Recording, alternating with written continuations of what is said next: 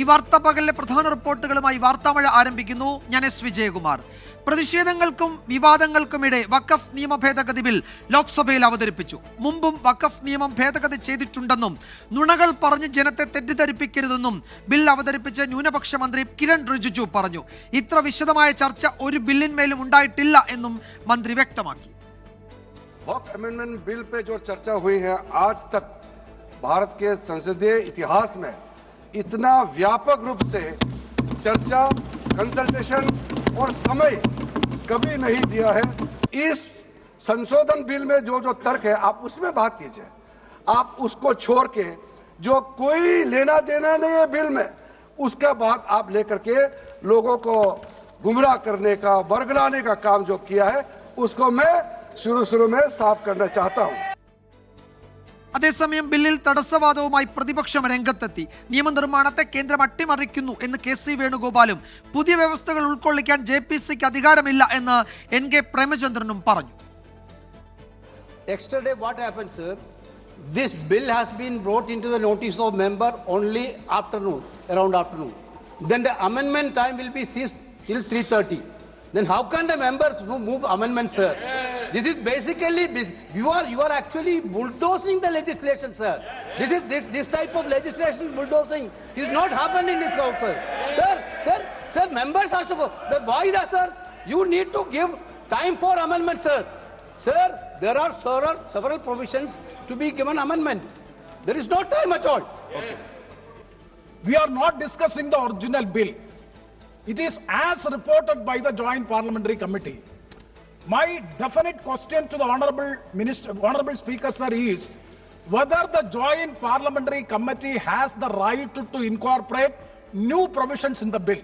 Sir, even this Parliament, even this Lok Sabha, this August House, do not have the right to incorporate a new provision unless you suspend Rule 81. ഭേദഗതി കേന്ദ്ര മന്ത്രിസഭയുടെ അംഗീകാരത്തോടെയാണ് എന്ന് കേന്ദ്ര ആഭ്യന്തരമന്ത്രി അമിത് ഷാ സഭയിൽ വിശദീകരിച്ചു. भारत सरकार की कैबिनेट ने इस बारे में एक बिल अप्रूव कर सदन के सामने रखा.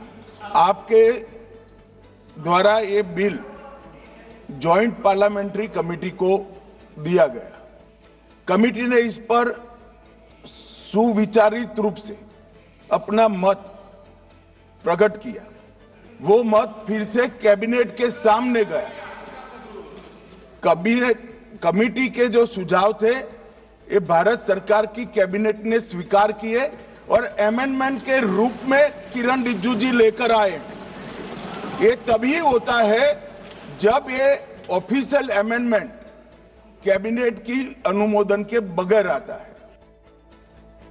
ബില്ലിനെ എതിർക്കുമെന്ന് ഇന്ത്യ മുന്നണി വ്യക്തമാക്കിയിട്ടുണ്ട്. ബില്ലിന്മേൽ 8 മണിക്കൂറാണ് ലോക്സഭയിൽ ചർച്ച നടക്കുന്നത്. മന്ത്രിയുടെ പ്രസംഗത്തിന് ശേഷം വിശദമായ ചർച്ചയിലേക്ക് പ്രതിപക്ഷം അല്ലെങ്കിൽ സഭ കടക്കും. ഇന്ത്യ മുന്നണി അതിനെ എതിർക്കും. CPM പ്രതിനിധികൾ ഈ ചർച്ചയിൽ പങ്കെടുക്കും. ബില്ലിനെ എതിർത്ത് സംസാരിക്കും. പാർട്ടി കോൺഗ്രസിൽ അതുവരെ അതിനുശേഷമായിരിക്കും അംഗങ്ങൾ CPM അംഗങ്ങൾ പാർട്ടി കോൺഗ്രസിലേക്ക് എത്തുക. വഖഫ് ബില്ലിലൂടെ ഒരു ഭൂമിയും തട്ടിയെടുക്കില്ല എന്നാണ് ഇപ്പോൾ കിരൺ റിജിജു വിശദീകരിക്കുന്നത്. നിലവിലെ വഖഫിൽ വനിതകൾക്ക് ഒരു അവകാശവും നൽകുന്നില്ല, എന്നാൽ പുതിയ നിയമ ഭേദഗതിയിലൂടെ വനിതകളുടെ അവകാശവും സാധൂകരിച്ചു കൊടുക്കുന്നുണ്ട് എന്നാണ് പറഞ്ഞത്. കേന്ദ്ര സർക്കാരിന് ഒരു പ്രത്യേക അധികാരവും ഇതിൽ പ്രയോഗിക്കാൻ കഴിയില്ല. ഇത് പൂർണ്ണമായും സംസ്ഥാന സർക്കാരിന് കീഴിൽ. ഇത്തരത്തിലുള്ള വിശദീകരണമാണ് ഇപ്പോൾ മന്ത്രി സഭയിൽ ഈ ബിൽ അവതരിപ്പിച്ചുകൊണ്ട് നൽകുന്നത്. ഇതിൽ ബിൽ മതവുമായി ബന്ധപ്പെട്ടതല്ല എന്ന് കേന്ദ്ര സർക്കാർ വിശദീകരിക്കുകയാണ്. ആവർത്തിച്ച് സ്വത്ത് പ്രശ്നങ്ങളുമായി ബന്ധപ്പെട്ടാണ് സുതാര്യത കൊണ്ടുവരിക എന്നതാണ്, സുതാര്യമായി അത് നടത്തിയെടുക്കുക എന്നതാണ് പുതിയ ബില്ലിൻ്റെ പ്രധാനപ്പെട്ട ലക്ഷ്യമെന്ന് വിശദീകരിക്കുന്നുണ്ട്. മുസ്ലിം വിഭാഗം ഈ ബില്ലിനെ സ്വാഗതം ചെയ്യുന്നുണ്ട്. രാഷ്ട്രീയമാണ് പ്രതിപക്ഷത്തിൻ്റെ എതിർപ്പിന് പിന്നിൽ എന്നതടക്കമുള്ള വിമർശനങ്ങൾ ബിൽ അവതരിപ്പിച്ചുകൊണ്ട് കേന്ദ്രമന്ത്രി കിരൺ റിജിജു നടത്തുന്ന പ്രസംഗത്തിൽ ഉയർന്നു വരികയും ചെയ്തിട്ടുണ്ട്. ഉമീദ് നിയമം എന്നാണ് പുതിയ വഖഫ് നിയമം അറിയപ്പെടുക. വഖഫ് വസ്തുക്കളിൽ ഓഡിറ്റ് നടത്താൻ സംസ്ഥാന സർക്കാരുകൾക്ക് അനുമതി നൽകുന്നതാണ് ഈ ബില്ലിലെ മറ്റൊരു വ്യവസ്ഥ. വിനീത വിജിയാണ് വിശദാംശങ്ങളുമായി ചേരുന്നത് ഡൽഹിയിൽ നിന്ന്. വിനീത, മന്ത്രിയുടെ പ്രസംഗം തുടരുകയാണോ? അതിനുശേഷം ആരൊക്കെയാണ് സഭയിൽ സംസാരിക്കാൻ പോകുന്നത്? 8 മണിക്കൂർ തുടർച്ചയായി ഈ ബില്ലിന്മേൽ ഇന്ന് ലോക്സഭയിൽ ചർച്ച നടക്കും അല്ലേ?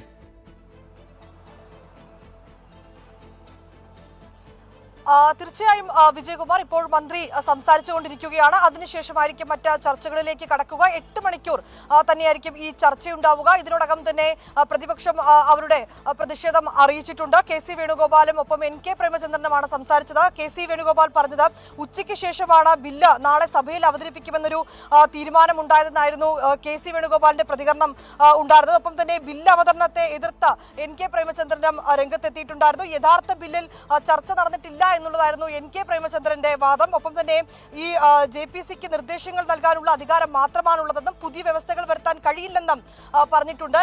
ഈ ക്രമപ്രശ്നവും ഇത് സംബന്ധിച്ച് ഇല്ല എന്നും എല്ലാ നടപടിക്രമങ്ങളും ഈ ഘട്ടത്തിൽ പാലിച്ചിട്ടുണ്ടെന്നുമാണ് കേന്ദ്ര ആഭ്യന്തരമന്ത്രി അമിത്ഷാ സംസാരിച്ചിട്ടുണ്ടായിരുന്നത്. ഇപ്പോൾ കിരൺ റിജിജു സംസാരിച്ചുകൊണ്ടിരിക്കുകയാണ്. സംയുക്ത പാർലമെന്ററി സമിതി വിശദമായിട്ടുള്ള ചർച്ചകൾ ഈ ബില്ലിന്മേൽ നടത്തിയെന്നാണ് അദ്ദേഹം പറയുന്നത്. ഇത്രയും വിശദമായ ഒരു ചർച്ച അത് ഇതുവരെ ഒരു ബില്ലിന്മേലും ഉണ്ടായിട്ടില്ല എന്നും അദ്ദേഹം ചൂണ്ടിക്കാണിക്കുന്നുണ്ട്. പലയിടത്തു നിന്നും നിർദ്ദേശങ്ങൾ സ്വീകരിച്ചു, മത നേതാക്കളിൽ നിന്ന് അവരുടെ അഭിപ്രായങ്ങൾ കൂടി തേടി ഇങ്ങനെ വളരെ വിശദമായി ചർച്ചകൾ ഈ വഖഫ് ബില്ലിന്മേൽ നടത്തിയെന്നാണ് അദ്ദേഹം പറയുന്നത്. ഒപ്പം തന്നെ മുസ്ലിം വിഭാഗത്തിന് ഈ ബില്ലിൽ യാതൊരു എതിർപ്പുമില്ല എന്നും പറയുന്നുണ്ട്. പ്രതിപക്ഷം അവരുടെ പ്രതിഷേധത്തിനെതിരെ പറഞ്ഞത് പ്രതിപക്ഷത്തിന്റെ ചോദ്യങ്ങൾക്കൊക്കെ തന്നെ മറുപടിയുണ്ട്, പക്ഷേ നിങ്ങൾ സമാധാനമായി ഇത് കേൾക്കൂ, അതിനുശേഷം നിങ്ങൾക്കുള്ള മറുപടി ഞാൻ നൽകാമെന്നും അദ്ദേഹം പറയുന്നുണ്ട്. മുസ്ലിം വിഭാഗക്കാരുടെ സ്വത്തുക്കൾ അത് തട്ടിയെടുക്കുകയല്ല സർക്കാരിന്റെ ലക്ഷ്യമെന്നാണ് അദ്ദേഹം പറയുന്നത്. ഒരു സുതാര്യത എല്ലാ കാര്യത്തിലും ഉറപ്പുവരുത്തേണ്ടതായിട്ടുണ്ട്. അത് ഉറപ്പുവരുത്താൻ വേണ്ടിയാണ് ഇങ്ങനെ ഒരു ബില്ലെന്നും പറയുന്നുണ്ട്. ഈ വഖഫ് ഭൂമി മറ്റുമുള്ള നിയന്ത്രണങ്ങളിൽ മാത്രമാണ് ഉണ്ടാവുക, അല്ലാതെ ആരാധനാലയങ്ങളിലോ പള്ളികളിലോ ഉള്ള നിയന്ത്രണത്തിന്മേലല്ല ഇതെന്നും അദ്ദേഹം വ്യക്തമാക്കിയിട്ടുണ്ട്. വിവിധ സംഘടനകളും ഒക്കെയായി ചർച്ച നടത്തിയതിനു ശേഷമാണ് ഇങ്ങനെ ഈ ബില്ലിലേക്കടക്കം എത്തിയതെന്നും സൂചിപ്പിക്കുന്നുണ്ട്. ഒപ്പം തന്നെ UPA കാലത്ത് ഈ വഖഫ് ബോർഡിന് അനിയന്ത്രിതമായിട്ടുള്ള ചില അധികാരങ്ങൾ നൽകി എന്നും കുറ്റപ്പെടുത്തിയിട്ടുണ്ട്. സർക്കാർ ഭൂമി പോലും വഖഫ് അവകാശവാദം ഉന്നയിക്കുന്ന ഒരു സാഹചര്യമുണ്ട്. അതുകൊണ്ട് തന്നെയാണ് ഇത്തരത്തിലേക്കുള്ള ഒരു ഭേദഗതിയിലടക്കം എത്തേണ്ടതെന്നും അദ്ദേഹം സൂചിപ്പിച്ചിട്ടുണ്ട്. UPA സർക്കാർ പലതും വഖഫ് ബോർഡിന് നൽകിയിട്ടുണ്ടെന്നും പറയുന്നുണ്ട്. പാർലമെന്റ് വളപ്പും വിമാനത്താവളവും വരെ വഖഫ് ഭൂമിയാണെന്ന് അവകാശപ്പെടുന്ന ഒരു സാഹചര്യമുണ്ടെന്നും പറയുന്നുണ്ട്. ഒപ്പം തന്നെ വഖഫ് ബില്ല് മുൻപും ഇത്തരത്തിലേക്കുള്ള ഭേദഗതി ചെയ്തിട്ടുണ്ടെന്നും പറയുന്നുണ്ട്. ബഹളം വെച്ചതുകൊണ്ട് കാര്യമില്ല എന്നാണ് മന്ത്രി പ്രതിപക്ഷാംഗങ്ങളോട് പറഞ്ഞിട്ടുണ്ടായിരുന്നത്. പറയുന്നതൊക്കെ തന്നെ നിങ്ങൾ സമാധാനപരമായി കേൾക്കണമെന്നും അറിയിച്ചിട്ടുണ്ട്. മുസ്ലിങ്ങളെ പ്രതിനിധീകരിക്കുന്ന സംവിധാനമല്ല വഖഫ് ബോർഡ് എന്ന കോടതി തന്നെ പറഞ്ഞിട്ടുണ്ടെന്നും പറയുന്നുണ്ട്. പള്ളികളുടെ നിയന്ത്രണത്തിൽ ബില്ല് ബാധിക്കില്ലെന്ന് അദ്ദേഹം വീണ്ടും ചൂണ്ടിക്കാണിക്കുകയാണ്. ഒപ്പം തന്നെ വഖഫ് കൗൺസിലിൽ 22 അംഗങ്ങളാണ്. അമുസ്ലിമുകൾ മാത്രമല്ല മുസ്ലിം വിഭാഗത്തിലെ പിന്നോക്കക്കാരും ഈ കൗൺസിലിൽ ഉണ്ടാകണമെന്ന് പറയുന്നുണ്ട്. വഖഫ് വസ്തുക്കളുടെ പരിപാലനത്തിൽ സുതാര്യത ഉറപ്പാക്കുക എന്നുള്ളത് തന്നെയാണ് ലക്ഷ്യം. പ്രതിരോധ വകുപ്പും റെയിൽവേയും കഴിഞ്ഞാൽ ഏറ്റവും കൂടുതൽ ഭൂമിയുള്ളത് വഖഫിനാണ്. അതുകൊണ്ട് തന്നെ ഇത്തരത്തിലേക്കുള്ള ഒരു സുതാര്യത ഉറപ്പാക്കേണ്ടതായിട്ടുണ്ടെന്നും പറയുന്നുണ്ട്.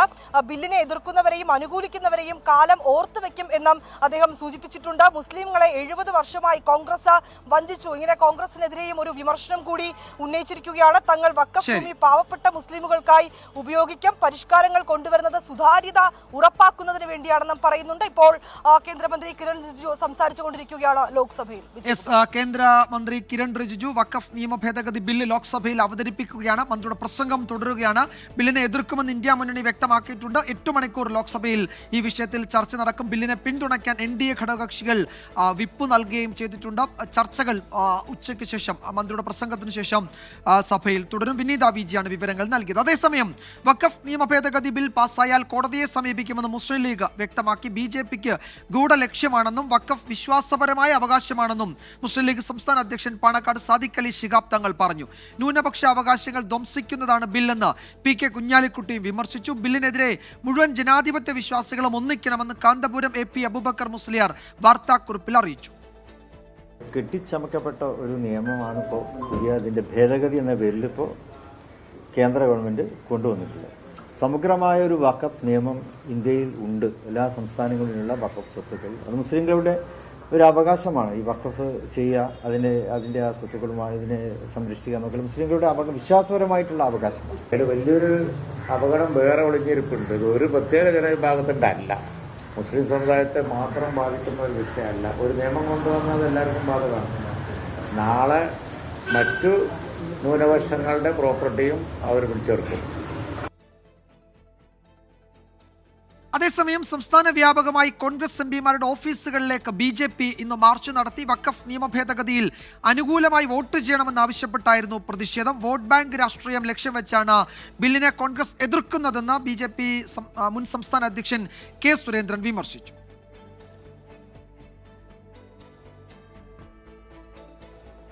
മറ്റ് പ്രധാന വാർത്തകളിലേക്ക്. സമരം ചെയ്യുന്ന ആശാ വർക്കേഴ്സിനെ വീണ്ടും ചർച്ചയ്ക്ക് വിളിച്ച് ആരോഗ്യമന്ത്രി വീണ ജോർജ്. നാളെ ഉച്ചയ്ക്ക് ശേഷം 3 മണിക്ക് ആരോഗ്യമന്ത്രിയുടെ ചേംബറിലാണ് ചർച്ച നടക്കുന്നത്. പ്രതീക്ഷയോടെയാണ് ചർച്ചയെ കാണുന്നതെന്ന് സമരം ചെയ്യുന്ന ആശാ വർക്കേഴ്സ് പ്രതികരിച്ചു. കഴിഞ്ഞ ദിവസം കേന്ദ്ര ആരോഗ്യമന്ത്രിയുമായുള്ള ചർച്ചയുടെ കൂടി പശ്ചാത്തലത്തിലാണ് വീണ്ടും വീണ ജോർജ് സമരക്കാരെ ചർച്ചയ്ക്ക് വിളിച്ചത്. ആരോഗ്യമന്ത്രിയുടെ ചേംബറിൽ നാളെ ഉച്ചയ്ക്ക് ശേഷമാണ് ചർച്ച. നാഷണൽ ഹെൽത്ത് മിഷൻ അധികൃതരാണ് ഇക്കാര്യം അറിയിച്ചത്. ഓണറേറിയം 21,000 രൂപയാക്കുക, വിരമിക്കലാനുകൂല്യം 5 ലക്ഷം രൂപയാക്കുക തുടങ്ങി സമരക്കാരുടെ ആവശ്യങ്ങളിൽ ഊന്നി ചർച്ച നടത്തണം. ചർച്ചയിൽ വാഗ്ദാനങ്ങളല്ല വേണ്ടത്, ഉറപ്പുകൾ ഉത്തരവുകളായി ലഭിക്കണമെന്നും സമരസമിതി. ഈ സമരം സെറ്റിൽ ചെയ്യാനാണല്ലോ ചർച്ച നടക്കുന്നത്. സമരം സെറ്റിൽ ചെയ്യണമെങ്കിൽ സമരസമിതി മുന്നോട്ട് വച്ചിരിക്കുന്ന ഡിമാൻഡുകൾ പരിഹരിക്കുന്നതോടുകൂടി സമരം സെറ്റിൽ ചെയ്യപ്പെടാൻ പറ്റുകയുള്ളൂ. അവിടെ ചർച്ച ചെയ്യുന്ന വിഷയങ്ങൾ അംഗീകരിക്കാൻ പറ്റുമെങ്കിൽ അത് അംഗീകരിച്ച് അതൊരു ഉറപ്പായിട്ട് ലഭിക്കണം. അത് കേവലം ചർച്ച ചെയ്തു പറഞ്ഞു എന്നതുകൊണ്ട് ഞങ്ങൾ പിരിഞ്ഞു പോകില്ല. വ്യക്തതയുള്ള ഉത്തരവും കൂടി ലഭിച്ചിട്ട് മാത്രമേ ഈ സമരപ്പന്തൽ വിട്ട് ഞങ്ങൾ പോവുകയുള്ളൂ. ചർച്ചയ്ക്ക് ക്ഷണിച്ചതിൽ പ്രതീക്ഷയിലാണ് ആശാ വർക്കേഴ്സും. അംഗീകരിക്കുമെന്ന് വിശ്വസിക്കാം. ഇനിയും വിളിച്ചിട്ട് കഴിഞ്ഞ 2 തവണ വിളിച്ചതുപോലെ നിങ്ങൾ ചേർത്ത് പിടിക്കുന്നു, നിങ്ങൾ സമരം മതിയാക്കി വീട്ടിൽ പോയി എന്ന് പറഞ്ഞ് കളിയാക്കാനാണോന്നും അറിയത്തില്ല. എന്തായാലും ഇപ്പം ബാക്കിയുള്ള ട്രേഡ് യൂണിയനുകളെയും വിളിച്ചിട്ടുണ്ടോന്ന് അറിയുന്നു. അത് തീർച്ചയായിട്ടും നമ്മുടെ ഈ സമരത്തിന്റെ ശക്തമായ വിജയം തന്നെയാണ്. ആരോഗ്യനില വഷളായതിനെ തുടർന്ന് നിരാഹാര സമരം അനുഷ്ഠിക്കുന്ന എസ് അനിതകുമാരിയെ ആശുപത്രിയിലേക്ക് മാറ്റി. സെക്രട്ടേറിയറ്റിന് മുന്നിൽ സമരം ചെയ്യുന്ന കേരള ആശാ ഹെൽത്ത് വർക്കേഴ്സ് അസോസിയേഷനെ കൂടാതെ CITU, INTUC സംഘടനകളെയും ചർച്ചയ്ക്ക് വിളിച്ചിട്ടുണ്ട്. 24 തിരുവനന്തപുരം. വഖഫ് നിയമ ഭേദഗതി ബില്ലിൽ ലോക്സഭയിൽ ചർച്ചകൾ തുടരുന്നതിനിടെ കേരളത്തിൽ നിന്നുള്ള MPമാർക്കെതിരെ മുനമ്പം സമരസമിതി. മുനമ്പത്തിനു വേണ്ടി ആരും ശബ്ദമുയർത്തുന്നില്ല എന്ന് കൺവീനർ ജോസഫ് ബെന്നി 24നോട് പറഞ്ഞു. കേന്ദ്രത്തിന്റെ ഇടപെടലിൽ വലിയ പ്രതീക്ഷയുണ്ടെന്നും ജോസഫ് ബെന്നി പ്രതികരിച്ചു. ഭൂസംരക്ഷണ സമിതി നടത്തുന്ന നിരാഹാര സമരം 172ാം ദിവസത്തിലേക്ക് കടന്നു. അശ്വിൻ പാലാഴി മുനമ്പത്ത് സമരവേദിയിൽ നിന്ന് വിവരങ്ങൾ നൽകും. അശ്വിൻ, ഈ ബിൽ അവതരണത്തിൽ അവരുടെ പ്രതിഷേധക്കാരുടെ മുനമ്പത്തെ പ്രതിഷേധക്കാരുടെ പ്രതികരണം എന്താണ്?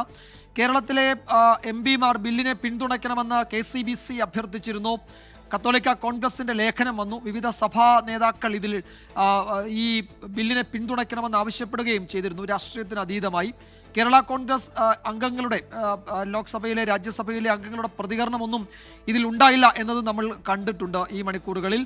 എന്താണ് മുനമ്പത്തെ സമരവേദിയിലുള്ളവരുടെ പ്രതികരണം?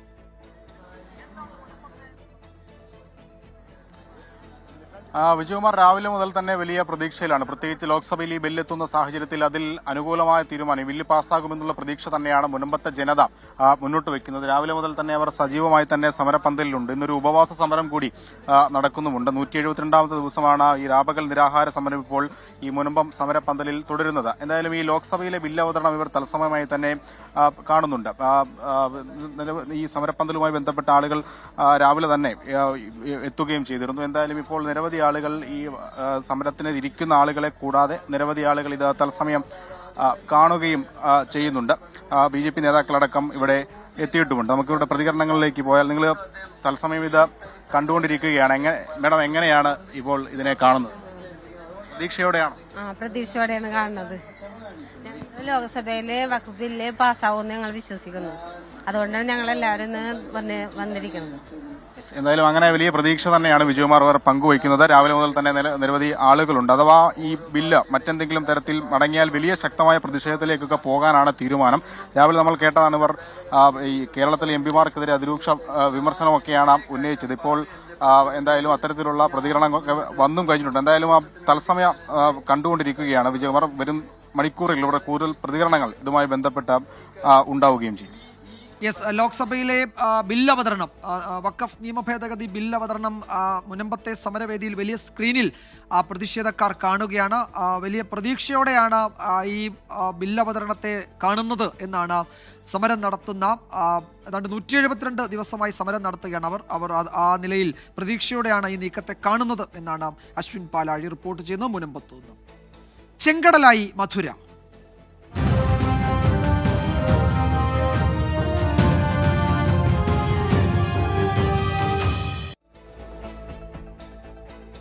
CPIM-ന്റെ 24ാം പാർട്ടി കോൺഗ്രസിന് തമിഴ്നാട്ടിലെ മധുരയിൽ തുടക്കമായി. പ്രതിനിധി സമ്മേളനം PB കോർഡിനേറ്റർ പ്രകാശ് കാരാട്ട് ഉദ്ഘാടനം ചെയ്തു. കേന്ദ്രത്തിൽ നിന്ന് കേരളത്തിലെ LDF സർക്കാർ വിവേചനം നേരിടുകയാണെന്ന് പ്രകാശ് കാരാട്ട് പറഞ്ഞു. The LDF government in Kerala has been in the forefront in opposing the anti-people policies of the central government. Because the LDF government has sought to implement alternative policies, it is facing hostility and discrimination by the union government. മുതിർന്ന നേതാവ് ബിമൻ ബസുവാണ് പതാക ഉയർത്തിയത്.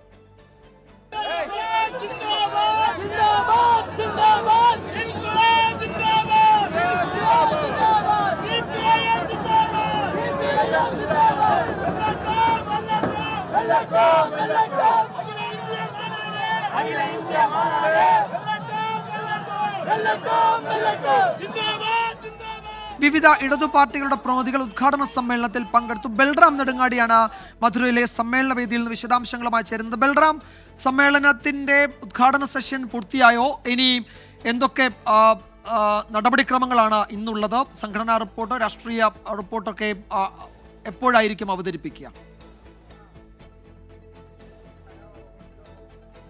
വിജയകുമാർ, ഉദ്ഘാടന session ഇപ്പോൾ അവസാനിച്ചിരിക്കുകയാണ്. Prakash Karat Paul bureau കോർഡിനേറ്ററാണ് ഈ ഉദ്ഘാടന session ഉദ്ഘാടനം ചെയ്തത്. അത് വിവിധ പാർട്ടികളുടെ നേതാക്കൾ CPI, CPIML, forward block, RSP എന്നീ പാർട്ടികളുടെ പ്രതിനിധികൾ ഉൾപ്പെടെ നേതാക്കൾ ഉൾപ്പെടെ പങ്കെടുത്തിരുന്നു. കടുത്ത വിമർശനം തന്നെ കേന്ദ്രത്തിനെതിരെ നടത്തി ഈ പ്രസംഗത്തിൽ ഉദ്ഘാടന സെഷനിൽ വിവിധ പാർട്ടികളെ പ്രതിനിധീകരിച്ചെത്തിയ ജനറൽ സെക്രട്ടറിമാർ. ഇതിനുശേഷം ഇനിയുള്ള നടപടികൾ എന്നുള്ളത് ഔപചാരികമായ ഈ സമ്മേളന നടപടികളാണ്. പ്രതിനിധി സമ്മേളനമാണ് ഉച്ചയ്ക്ക് ശേഷം നടക്കുക. കോമ്രേഡ് കോടിയേരി ബാലകൃഷ്ണൻ മെമ്മോറിയൽ ഹാളിലാണ് ഈ പ്രതിനിധി സമ്മേളനം നടക്കുന്നത്. ഒപ്പം തന്നെ ആദ്യ പരിപാടി ഉച്ചയൂണിന് ഇപ്പോൾ പിരിഞ്ഞിരിക്കുന്നു. ആദ്യ പരിപാടി എന്നുള്ളത് വിവിധ കമ്മിറ്റികളിലേക്കുള്ള അംഗങ്ങളെ തിരഞ്ഞെടുക്കുക എന്നുള്ളതാണ്. തുടർന്ന് കാര്യപരിപാടിയിലേക്ക് കടക്കും. രാഷ്ട്രീയ പ്രമേയം, രാഷ്ട്രീയ അവലോകന രേഖ എന്നിവ അവതരിപ്പിക്കുക politburo coordinator Prakash Karat തന്നെയായിരിക്കും. അതേസമയം സംഘടനാ റിപ്പോർട്ടിന്റെ കരട് അവതരിപ്പിക്കുക മുതിർന്ന പോളിറ്റ് ബ്യൂറോ അംഗം BV രാഘവലു ആയിരിക്കും. തുടർന്നായിരിക്കും ഈ അവതരിപ്പിക്കുന്ന രേഖകളിലുള്ള ചർച്ചകൾ നടക്കുക. പാർട്ടിയെ സംബന്ധിച്ചിടത്തോളം ഇത് മൂന്നാം തവണയാണ് ചരിത്രത്തിലാദ്യമായി ഒരേ നഗരത്തിൽ പാർട്ടി കോൺഗ്രസ് എത്തുന്നത്. നേരത്തെ മധുരയിൽ ചേർന്ന 2 പാർട്ടി കോൺഗ്രസും വലിയ വിജയങ്ങളായിരുന്നു സംഘടനയെ സംബന്ധിച്ചിടത്തോളം എന്നാണ് പാർട്ടി നേതാക്കൾ അഭിപ്രായപ്പെടുന്നത്. അതുകൊണ്ട് തന്നെ ഈ പാർട്ടി കോൺഗ്രസും ഒരു വലിയ വിജയമാകും എന്നും നേരത്തെ പോലെ തന്നെ ഒരു പ്രതിസന്ധി ഘട്ടത്തിലൂടെയാണ് പാർട്ടി ഇപ്പോൾ കടന്നു പോകുന്നത്. ജനറൽ സെക്രട്ടറി ഇല്ല. ആ ജനറൽ സെക്രട്ടറിയെ ഈ പാർട്ടി കോൺഗ്രസിൽ തെരഞ്ഞെടുക്കേണ്ടതുണ്ട്. ഒപ്പം തന്നെയാണ് ദേശീയ രാഷ്ട്രീയ സാഹചര്യങ്ങൾക്ക് അവലോകനം ചെയ്ത് അതിനനുസരിച്ച് പാർട്ടിയെ ശക്തിപ്പെടുത്താൻ ആവശ്യമായ നയസമീപനങ്ങൾ രൂപീകരിക്കേണ്ടതുണ്ട്. അതും ഈ പാർട്ടി കോൺഗ്രസിൻ്റെ ഉരുത്തിരിഞ്ഞു വരേണ്ടതാണ്. അതുകൊണ്ട് തന്നെ ഈ പാർട്ടി കോൺഗ്രസിൽ വലിയ പ്രതീക്ഷ നേതാക്കൾ അർപ്പിക്കുന്നുണ്ട്, പ്രതിനിധികൾ അർപ്പിക്കുന്നുണ്ട്. അതിൽ ഈ ചർച്ചകൾക്കാണ് ഇന്ന് ഉച്ചയ്ക്ക് ശേഷം തുടക്കമാകുന്നത്. വിജയകുമാർ. യെസ്, മധുരയിലെ സമ്മേളന വേദിയിൽ നിന്നാണ് ബൽറാം വിശദാംശങ്ങൾ പങ്കുവച്ചത്. അതേസമയം MA Baby CPM general secretary ആകുമെന്ന അഭ്യൂഹങ്ങൾ പാർട്ടി സമ്മേളന കാലത്ത് സജീവമായിരുന്നു. അത്തരം അഭ്യൂഹങ്ങൾ ചൂണ്ടിക്കാട്ടിയപ്പോൾ 24-നോട് MA ബേബിയുടെ പ്രതികരണം അല്പം കൗതുകം നിറഞ്ഞതായിരുന്നു. MA ബേബിയുടെ ആ മറുപടിയിലേക്ക്. അത് എന്നോട് സ്നേഹമുണ്ടെന്ന് അവകാശപ്പെടുന്ന ചിലർ പക്ഷേ പാർട്ടിയോട് വേണ്ടത്ര സ്നേഹമില്ലാത്തത് കൊണ്ട് നടത്തുന്ന ഒരു അസത്യ പ്രചരണമാണ്. പാർട്ടി കോൺഗ്രസിന് മുഖ്യമന്ത്രി പിണറായി വിജയൻ എത്തിയത് കുടുംബസമേതം. ഭാര്യ കമല വിജയനും കൊച്ചുമകൻ ഇഷാനുമൊപ്പം മുഖ്യമന്ത്രി സമ്മേളന നഗരിയിലേക്ക് നടന്നു നീങ്ങുന്നത് കൗതുക കാഴ്ചയായിരുന്നു. സമ്മേളനത്തിൽ പങ്കെടുക്കുന്നതിന്റെ സന്തോഷം പിണറായിയുടെ കുടുംബം 24-നോട് പങ്കുവച്ചു.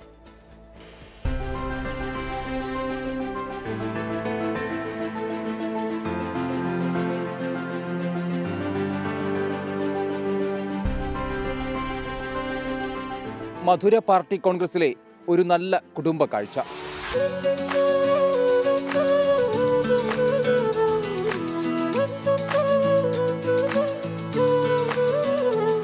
മുഖ്യമന്ത്രി പിണറായി വിജയൻ ഭാര്യ കമലയ്ക്കും കൊച്ചുമകൻ ഇഷാൻ വിജയ്ക്കുമൊപ്പം സമ്മേളന നഗരിയിൽ. ഒരുമിച്ച് ഒരു കാറിലെത്തി. ഒരുമിച്ച് തന്നെ പ്രതിനിധി സമ്മേളന ഹാളിലെ മുൻനിരയിൽ. കൂട്ടിന് സംസ്ഥാന സെക്രട്ടറി MV ഗോവിന്ദനും. പാർട്ടി പ്രവർത്തനം സ്വന്തം കുടുംബത്തിൽ നിന്ന് തുടങ്ങണമെന്നാണ് കമ്മ്യൂണിസ്റ്റ് സംഘടനാ രീതി. ഏറെ സന്തോഷമുള്ള സമയമെന്ന മുഖ്യമന്ത്രിയുടെ ഭാര്യ കമലാ വിജയൻ 24-നോട്. വളരെ സന്തോഷം. ഈ പാർട്ടി കോൺഗ്രസിൽ പങ്കെടുക്കാൻ സാധിച്ചതിന് വളരെ സന്തോഷം. ഇത് എപ്പോഴും നമ്മുടെ കൂടെ തന്നെ ഉണ്ടല്ലോ, വലിയ സന്തോഷം. പഴയ ഒരു സമ്മേളന താരമാണ് കൊച്ചുമകൻ കേഗു എന്ന ഓമനപ്പേരിൽ വിളിക്കുന്ന ഇഷാൻ വിജയ്. 2012 തിരുവനന്തപുരം സമ്മേളനത്തിൽ പിണറായിയും ഭാര്യ കമലയും കൊണ്ടുവന്ന കൈക്കുഞ്ഞ് അന്ന് മാധ്യമങ്ങളിൽ നിറഞ്ഞു. ഇന്നിപ്പോൾ 8ാം ക്ലാസ് പരീക്ഷ കഴിഞ്ഞ് പാർട്ടി കോൺഗ്രസിനെത്തിയ ഇഷാൻ 24-നോട് മനസ്സു തുറന്നു. വളരെ സന്തോഷമുണ്ട്, ഇതിൽ പങ്കെടുക്കാൻ പറ്റുന്നതിൽ വളരെ സന്തോഷമുണ്ട്. അച്ചാച്ചന്റെ കൈ പിടിച്ച് ചെറിയ കുട്ടിയായിരിക്കുമ്പോൾ സമ്മേളനത്തിൽ വന്നതാണ്. അതെ അതെ അതെ ശരിയാണ്. ഇപ്പോൾ വളരെയധികം സന്തോഷമുണ്ട് ഈ മധുരൈ പാർട്ടി കോൺഗ്രസിൽ പങ്കെടുക്കാൻ പറ്റുന്നത്.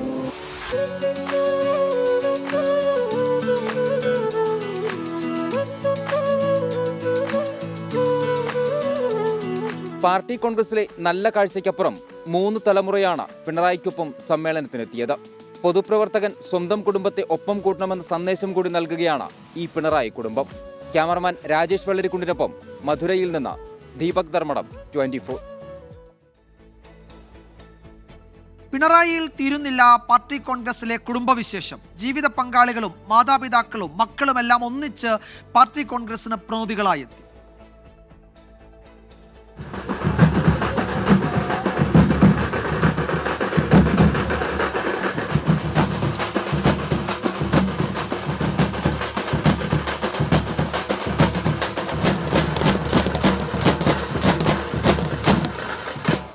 ഇത് തമിഴരുടെ പിരിയമേളം. താളപ്പെരുക്കത്തിനൊപ്പം ചുവടുവെക്കാൻ തോന്നിക്കുന്ന ഈ മേളത്തോടെയാണ് മധുര CPIM പാർട്ടി കോൺഗ്രസിന്റെ പതാക ഉയർത്തൽ ചടങ്ങുകൾ തുടങ്ങിയത്. പിന്നെ തമിഴ് നാടോടി ശൈലിയിൽ ചിട്ടപ്പെടുത്തിയ വിപ്ലവഗാനം. രക്തസാക്ഷികളുടെ ദീപ്തസ്മരണയിൽ അവർ പാടി.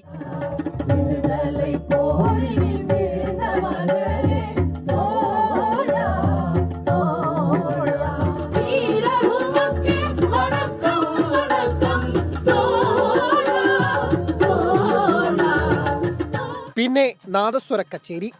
നാദസ്വരത്തിലെ മാന്ത്രികൻ ചിന്ന മൗലാനയുടെ പിന്മുറക്കാരൻ ഷെയ്ഖ് മസ്താനും സംഘവുമായിരുന്നു അവതരണം.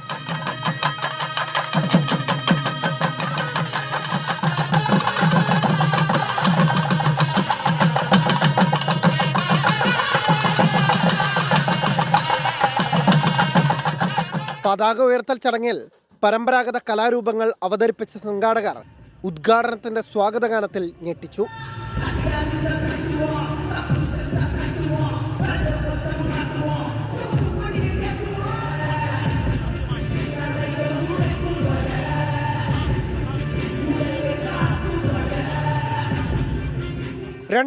ൽ കോയമ്പത്തൂരിൽ നടന്ന പാർട്ടി കോൺഗ്രസും തമിഴ് ആചാരങ്ങൾ ഉൾപ്പെടുന്ന പരിപാടികൾ കൊണ്ട് ശ്രദ്ധേയമായിരുന്നു. ടീം 24 മധുര. സാധാരണ ജനങ്ങൾക്കിടയിൽ പാർട്ടിയുടെ അടിത്തറ വർദ്ധിപ്പിക്കാൻ കഴിയാത്തതിൽ സ്വയം വിമർശനവുമായി CPMന്റെ സംഘടനാ റിപ്പോർട്ട്. അടിസ്ഥാന ജനവിഭാഗങ്ങളിൽ സ്വാധീനമുണ്ടാക്കാനാകാത്തത് എന്തുകൊണ്ടാണെന്ന് ആലോചിക്കണമെന്നാണ് റിപ്പോർട്ടിലെ വിമർശനം. പുതിയ ജനവിഭാഗങ്ങളെ ആകർഷിക്കുന്നതിൽ പാർട്ടി സംഘടനയ്ക്കും യുവജനങ്ങളെ ആകർഷിക്കുന്നതിൽ DYFIക്കും വീഴ്ചയുള്ളതായി റിപ്പോർട്ട് ചൂണ്ടിക്കാട്ടുന്നു. സംഘടനാ റിപ്പോർട്ടിന്റെ പകർപ്പ് 24 ലഭിച്ചു. രൂപീകരണം നടന്ന് 50 കൊല്ലം പിന്നിട്ടിട്ടും രാജ്യത്താകമാനം സ്വാധീനമുള്ള പാർട്ടിയായി മാറാൻ കഴിയാത്തതിനെ സംബന്ധിച്ച സ്വയം വിമർശനപരമായ നിരീക്ഷണങ്ങളാണ് CPIMന്റെ സംഘടനാ റിപ്പോർട്ടിനെ ശ്രദ്ധേയമാക്കുന്നത്. പാർട്ടിയുടെ അപജയത്തിന്റെ കാരണങ്ങൾ എണ്ണിപ്പറയുന്ന റിപ്പോർട്ട് തിരുത്തലില്ലാതെ മുന്നോട്ട് പോയാൽ നിലനിൽപ്പ് തന്നെ അപകടത്തിലാകുമെന്ന പരോക്ഷ സന്ദേശവും നൽകുന്നുണ്ട്. സാധാരണക്കാരും കർഷക തൊഴിലാളികളും അടങ്ങുന്ന അടിസ്ഥാന വിഭാഗങ്ങളെ ആകർഷിക്കാൻ പാർട്ടിക്ക് കഴിയുന്നില്ല. ഇക്കാര്യത്തിൽ ഗൗരവതരമായ ആത്മപരിശോധന നടത്തണമെന്നാണ് സംഘടനാ റിപ്പോർട്ടിലെ നിർദ്ദേശം. കർഷകർ, തൊഴിലാളികൾ തുടങ്ങിയ വിഭാഗങ്ങൾക്ക് പാർട്ടിയോടുള്ള താല്പര്യം കുറയുകയാണ്. സാധാരണ ജനങ്ങളെയും ആകർഷിക്കാൻ കഴിയുന്നില്ല. യുവാക്കൾ സോഷ്യലിസത്തിന്റെ പാതയിലേക്ക് വരുന്നില്ല. ഇങ്ങനെ പോകുന്നു സംഘടനാ റിപ്പോർട്ടിലെ ആശങ്കകൾ. ആശാപ്രവർത്തകർ ഉൾപ്പെടെയുള്ള സ്കീം വർക്കേഴ്സിന് വേണ്ടി യൂണിയനുകൾ ഉണ്ടാക്കിയിട്ടുണ്ടെങ്കിലും അവരെ പാർട്ടിയിലേക്ക് എത്തിക്കാനായില്ല. പാർട്ടി എതിർക്കുന്നവരോടാണ് ആശാപ്രവർത്തകർ ചേർന്ന് നിൽക്കുന്നത്. പാർട്ടിക്ക് ശക്തിയുള്ള സംസ്ഥാനങ്ങൾ പോലും ഇക്കാര്യത്തിൽ ശ്രദ്ധ പുലർത്തേണ്ടതുണ്ടെന്ന് സംഘടനാ റിപ്പോർട്ട് നിർദ്ദേശിച്ചിട്ടുണ്ട്. കേരളത്തിൽ പാർട്ടിയുടെ സർക്കാരിനെതിരെ ആശാവർക്കർമാർ സമരം തുടരുമ്പോഴാണ് സംഘടനാ റിപ്പോർട്ടിൽ ഈ പരാമർശമെന്നത് ശ്രദ്ധേയമാണ്. കേരളത്തിൽ പാർട്ടി സംവിധാനം മികച്ച രീതിയിൽ പ്രവർത്തിക്കുമ്പോഴും SFIയിൽ തെറ്റായ പ്രവണതകളുണ്ടെന്ന് റിപ്പോർട്ട് വിമർശിച്ചു. പാർട്ടിക്ക് ലഭിച്ച പരാതിയെ തുടർന്ന് UK നിന്നുള്ള പ്രതിനിധി രാജേഷ് കൃഷ്ണയെ പാർട്ടി കോൺഗ്രസിൽ നിന്ന് ഒഴിവാക്കി. ഇന്നലെ ചേർന്ന കേന്ദ്ര കമ്മിറ്റിയാണ് ഈ തീരുമാനമെടുത്തത്. കേരളം ഒഴികെയുള്ള സംസ്ഥാനങ്ങളിൽ പാർട്ടിയുടെ സ്വാധീനം വർദ്ധിപ്പിക്കുന്നതിനുള്ള പ്രതിബന്ധങ്ങളുണ്ടെന്നാണ് സംഘടനാ റിപ്പോർട്ട് ചൂണ്ടിക്കാണിക്കുന്നത്. മറ്റന്നാൾ വൈകുന്നേരമാണ് സംഘടനാ റിപ്പോർട്ട് പാർട്ടി കോൺഗ്രസ് പ്രതിനിധികൾക്ക് മുമ്പാകെ അവതരിപ്പിക്കുക. 8 മണിക്കൂർ ചർച്ചയാണ് റിപ്പോർട്ടിന്മേൽ നിശ്ചയിച്ചിരിക്കുന്നത്. മധുരയിൽ നിന്ന് ഷൈജു ചാവശ്ശേരിക്കൊപ്പം ആർ ശ്രീജിത്ത്, 24. വാർത്താമഴയിലേക്ക് വീണ്ടും സ്വാഗതം. ആലപ്പുഴയിൽ 2 കോടി രൂപയുടെ ഹൈബ്രിഡ് കഞ്ചാവുമായി പിടിയിലായ തസ്ലീന സുൽത്താനയ്ക്ക് സിനിമാ മേഖലയിൽ ഉന്നതരുമായി ബന്ധം. ഷൈൻ ടോം ചാക്കോയ്ക്കും ശ്രീനാഥ് ഭാസിക്കും കഞ്ചാവ് കൈമാറിയെന്ന തസ്ലീന സുൽത്താന എക്സൈസിന് മൊഴി നൽകി. സിനിമാ മേഖലയിൽ ഉള്ളവരുമായി പ്രതിക്കുള്ള ബന്ധത്തിന്റെ ഡിജിറ്റൽ തെളിവുകൾ എക്സൈസിന് ലഭിച്ചു. ഇല്ലാത്ത കാര്യങ്ങളോട് കൂടുതൽ പ്രതികരിക്കാനില്ല എന്നായിരുന്നു ശ്രീനാഥ് ഭാസി 24നോട് പറഞ്ഞത്. അതൊക്കെ വെറുതെ ആൾക്കാർ അറിയാൻ പാടില്ല, ഇങ്ങനെ തന്നെ ചുറ്റി വിളിക്കില്ലേ.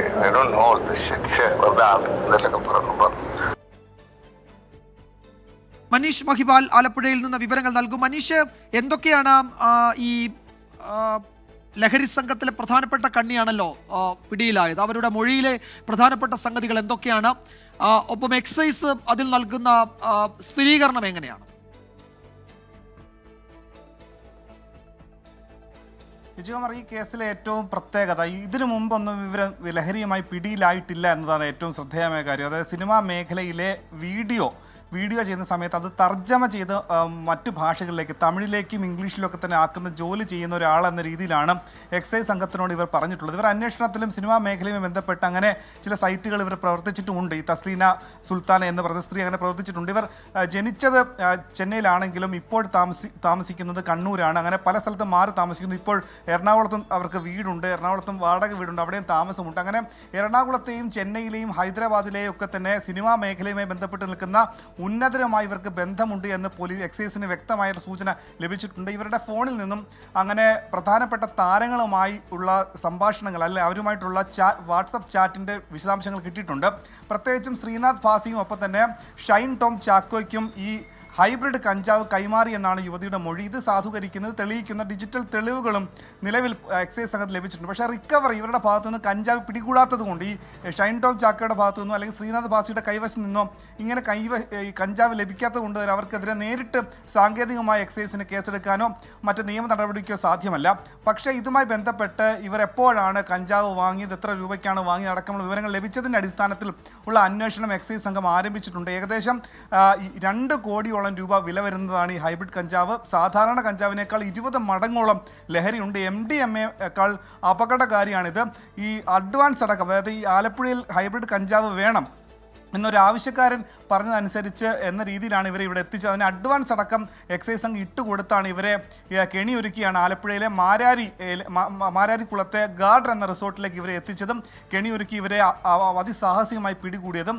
ഇതിനു മുൻപ് പല ഓപ്പറേഷനും ഇവർ പല സ്ഥലങ്ങളിൽ വെച്ച് നടത്തിയിട്ടുണ്ടെങ്കിൽ ഇവരെ പിടികൂടാനൊന്നും എക്സൈസ് സംഘത്തിന് ലഭിച്ചിരുന്നില്ല. നേരത്തെ 6 മാസത്തിന് മുൻപും ആലപ്പുഴ എക്സൈസിന് തന്നെ ഇവരെ പറ്റിയുള്ള ചില സൂചനകൾ ലഭിച്ചിരുന്നു. അന്ന് എറണാകുളത്ത് നിന്നും ആലപ്പുഴ അരൂരിലെ ഒരു റിസോർട്ടിലെത്തി ഇവർ ഈ രീതിയിൽ ഹൈബ്രിഡ് കഞ്ചാവ് വിതരണം ചെയ്ത് പോയിരുന്നു. അന്ന് ഇവർക്ക് വേണ്ടി വല ഒരുക്കിയെങ്കിൽ ഇവരെ പിടികൂടാൻ സാധിച്ചില്ല. പക്ഷേ ഇത് വ്യക്തമായ പ്ലാനിങ്ങിൻ്റെ അടിസ്ഥാനത്തിലാണ് ആലപ്പുഴ എക്സൈസിൻ്റെ പ്രത്യേക സ്ക്വാഡ്, മഹേഷിൻ്റെ CI മഹേഷിൻ്റെ നേതൃത്വത്തിലുള്ള പ്രത്യേക സ്ക്വാഡാണ് ഇവരെ പിടികൂടിയിട്ടുള്ളത്. എന്താണെങ്കിലും ഈ താരങ്ങൾക്കെതിരായിട്ടുള്ള ഈ മൊഴി ഗൗരവത്തിലാണ് എക്സൈസ് സംഘം കാണുന്നത്. അതിൻ്റെ പേരിലുള്ള പരിശോധനയും അന്വേഷണവും ആരംഭിച്ചിട്ടുണ്ട്. പക്ഷേ ഇതുമായി താരങ്ങൾ സമ്മതിക്കുന്നില്ല, അല്ലെങ്കിൽ ഇങ്ങനെയുള്ളൊരു ആരോപണം നിഷേധിക്കുകയാണ്. ആരൊക്കെയോ കെട്ടിച്ചമയ്ക്കുന്ന ചില കാര്യങ്ങളാണ്, അങ്ങനെയുള്ള അടിസ്ഥാനരഹിതമാണ് മൊഴി എന്ന കാര്യമാണ് താരങ്ങൾ വ്യക്തമാക്കുന്നത്. പിടിയിലായ പ്രധാനപ്പെട്ട പ്രതി തസ്ലീന സുൽത്താന ചലച്ചിത്ര താരങ്ങൾക്കെതിരെ മൊഴി നൽകിയിട്ടുണ്ട് എന്ന് എക്സൈസ് ഉദ്യോഗസ്ഥർ സ്ഥിരീകരിക്കുകയും ചെയ്തിട്ടുണ്ട്. എക്സൈസ് ഉദ്യോഗസ്ഥരുടെ പ്രതികരണത്തിലേക്ക്. 3 കിലോഗ്രാം ഹൈബ്രിഡ് ഗഞ്ചാവാണ്. തായ്ലൻഡ്, മലേഷ്യ എന്നീ രാജ്യങ്ങളാണ് ഇത് കൂടുതലും കൃഷി ചെയ്യുന്നത്, അല്ലെങ്കിൽ മെഡിസിനൽ പർപ്പസിന് വേണ്ടിയാണ് ഉപയോഗിക്കുന്നത്. സിനിമാ മേഖലയിലെ ആൾക്കാരും ഉണ്ട് ഇതിൽ ഇൻവോൾവ്. തിരുവനന്തപുരം പാളയത്തെ സർക്കാർ ബോയ്സ് ഹോസ്റ്റലിൽ കഞ്ചാവ് പിടികൂടിയ സംഭവത്തിൽ അന്വേഷണം ഊർജിതമാക്കി എക്സൈസ്. യൂണിവേഴ്സിറ്റി കോളേജിൽ പഠനം പൂർത്തിയാക്കിയ തമിഴ്നാട് സ്വദേശിയുടെ 455 നമ്പർ മുറിയിൽ നിന്നാണ് കഞ്ചാവ് പിടികൂടിയതെന്ന് എക്സൈസ് സ്ഥിരീകരിച്ചു. മുറിയിലെ താമസക്കാരുടെ വിവരങ്ങൾ അന്വേഷണ സംഘം ഹോസ്റ്റൽ വാർഡനിൽ നിന്ന് ശേഖരിക്കും. കളമശ്ശേരി പോളിടെക്നിക് കോളേജിന് പിന്നാലെ തലസ്ഥാനത്തെ സർക്കാർ വക സ്റ്റുഡൻസ് ഹോസ്റ്റലിൽ നിന്നും കഞ്ചാവ് പിടികൂടിയത് ഏവരെയും ഞെട്ടിച്ചിരുന്നു. ഇതിൽ നടപടി ശക്തമാക്കുകയാണ് എക്സൈസ്. പിടിച്ചെടുത്ത കഞ്ചാവ് കുറഞ്ഞ അളവിലുള്ളതായതിനാൽ ജാമ്യം ലഭിക്കുന്ന വകുപ്പുകളാണ് ഇപ്പോൾ ചുമത്തിയിട്ടുള്ളത്. MDMA അടക്കമുള്ള മാരക ലഹരി വസ്തുക്കൾ ഉണ്ട് എന്ന രഹസ്യ വിവരത്തിന്റെ അടിസ്ഥാനത്തിലാണ് പരിശോധന നടത്തിയതെന്നും തലസ്ഥാനത്തെ ക്യാമ്പസുകളും ഹോസ്റ്റലുകളും കേന്ദ്രീകരിച്ച് പരിശോധന ശക്തമാക്കുമെന്നും എക്സൈസ് വ്യക്തമാക്കുന്നു. അതേസമയം കഞ്ചാവ് കണ്ടെത്തിയ മുറി യൂണിവേഴ്സിറ്റി കോളേജിൽ ബിരുദ പഠനം പൂർത്തിയാക്കിയ തമിഴ്നാട് സ്വദേശിയുടേതെന്ന് എക്സൈസ് സ്ഥിരീകരിക്കുന്നു. ഇയാളുടെ 455 നമ്പർ മുറിയിൽ നിന്നാണ് 20 ഗ്രാം കഞ്ചാവ് പിടികൂടിയത്. മുറിയിലെ മുഴുവൻ താമസക്കാരുടെയും വിവരങ്ങൾ ഹോസ്റ്റൽ വാർഡനിൽ നിന്നും എക്സൈസ് ഉടൻ ശേഖരിക്കും. നിലവിൽ തമിഴ്നാട് സ്വദേശി ഹോസ്റ്റൽ വെക്കേറ്റ് ചെയ്ത് നാട്ടിലേക്ക് മടങ്ങിയിട്ടുണ്ട്. എസ് ശ്രീകാന്ത്, 24, തിരുവനന്തപുരം. തിരുവനന്തപുരത്ത് ലഹരി പാർട്ടി നടത്തിയ ഗുണ്ടാ നേതാവ് ഉൾപ്പെടെയുള്ള ക്രിമിനൽ സംഘം അറസ്റ്റിൽ. ഇവരിൽ നിന്ന് MDMAയും കഞ്ചാവും പിടിച്ചെടുത്തു. എസ് ശ്രീകാന്ത് വിശദാംശങ്ങളുമായി ചേരുന്നു തിരുവനന്തപുരത്ത് നിന്ന്. ശ്രീകാന്ത്, പിടിയിലായത് ആരൊക്കെയാണ്? എത്ര അളവിൽ ഇവരിൽ നിന്ന് ഈ രാസലഹരി കണ്ടെടുത്തിട്ടുണ്ട്? ഇന്നലെ രാത്രിയിലാണ് ഈ ലഹരി പാർട്ടി നടന്നത് എന്നാണ് പോലീസ് വ്യക്തമാക്കുന്നത്. ഗുണ്ടാ നേതാവ് ഉൾപ്പെടെ ക്രിമിനൽ സംഘം ഇതുമായി ബന്ധപ്പെട്ട് ഇന്നലെ അറസ്റ്റിലായിട്ടുണ്ട്. MDMAയും കഞ്ചാവും പിടിച്ചെടുത്തു എന്നാണ് പോലീസ് അറിയിക്കുന്നത്. കൊലക്കേസ് പ്രതി കൂടിയായ പൊക്കം ഷാജഹാൻ, മാഹിൻ, വേണു, ആഷിഖ് ഉൾപ്പെടെ ഉള്ളവരാണ് ഇന്നലെ പിടിയിലായത്. ഇവരിൽ നിന്ന് ഒരു എയർഗണ്ണും പിടിച്ചെടുത്തിട്ടുണ്ട് എന്നാണ് പറയുന്നത്. ഇതിൽ ഈ MDMA അടക്കമുള്ള കാര്യങ്ങൾ അത് അവരുടെ ഉപയോഗത്തിനായി എത്തിച്ചതാണ്. അത് വിൽപ്പനയ്ക്ക് എത്തിച്ചതല്ല, ഉപയോഗത്തിനായി എത്തിച്ചതാണ്. ഈ ലഹരി പാർട്ടിയിൽ ഉപയോഗിക്കുന്നതിന് എത്തിച്ചതാണ് എന്ന് പോലീസ് കണ്ടെത്തിയിട്ടുണ്ട്. പക്ഷേ അത് കൊമേഴ്സ്യൽ ക്വാണ്ടിറ്റിയാണ് എന്നതിനാൽ തന്നെ ജാമ്യമില്ലാ കുറ്റം ചുമത്തിയിട്ടുണ്ട്. ഒപ്പം നേരത്തെ ലഹരി ഇടപാടുകളിൽ ഇവർക്ക് പങ്കുള്ള ആളുകൾ കൂടിയാണ് എന്ന് പോലീസ് വ്യക്തമാക്കുന്നു. എന്തായാലും അറസ്റ്റ് നടന്നിട്ടുണ്ട്. തുടർ നടപടികൾ സ്വീകരിച്ചു വരുന്നു. MDMAയും കഞ്ചാവും ഉൾപ്പെടെ പിടിച്ചെടുത്തിട്ടുണ്ട്. ശ്രീകാന്താണ് വിവരങ്ങൾ നൽകിയത് തിരുവനന്തപുരത്ത് നിന്ന്. മറ്റൊരു റിപ്പോർട്ടിലേക്ക്. വയനാട് കൽപ്പറ്റയിൽ പോലീസ് കസ്റ്റഡിയിൽ ആദിവാസി വിഭാഗത്തിൽപ്പെട്ട ഗോകുൽ മരിച്ച സംഭവത്തിൽ അന്വേഷണം ക്രൈംബ്രാഞ്ച് ഏറ്റെടുക്കും. ഗോകുലിന് പ്രായപൂർത്തിയായിട്ടില്ല എന്ന് തെളിയിക്കുന്ന രേഖ പുറത്തു വന്നു. സംഭവത്തിൽ പോലീസ് സ്റ്റേഷനിൽ ഉണ്ടായിരുന്ന ഉദ്യോഗസ്ഥർക്ക് വീഴ്ച സംഭവിച്ചു എന്നാണ് പ്രാഥമിക വിലയിരുത്തൽ. പോലീസ് കസ്റ്റഡിയിലാണ് ഗോകുലിന്റെ മരണം എന്നത് ഗൗരവതരമാണ്. ഇതാണ് തുടർ നടപടികൾ ക്രൈംബ്രാഞ്ചിന് വിടാനുള്ള തീരുമാനത്തിലേക്ക് എത്തിയിരിക്കുന്നത്. സംഘത്തെ നിയോഗിച്ചുകൊണ്ടുള്ള ഉത്തരവ് ഉടനിറങ്ങും. സംഭവത്തിൽ സമഗ്രമായ അന്വേഷണം ആവശ്യപ്പെട്ട് ബന്ധുക്കളും രംഗത്ത് വന്നിരിക്കുകയാണ്. എപ്പോഴാണ് മരിച്ചെന്ന് ഞങ്ങൾക്കറിയില്ല. ഈ മാസം കൂടെ കഴിഞ്ഞാലേ 18 തികയുള്ളൂ. പോലീസിനെതിരെ അന്വേഷണം വേണം. പരാതി കൊടുക്കും.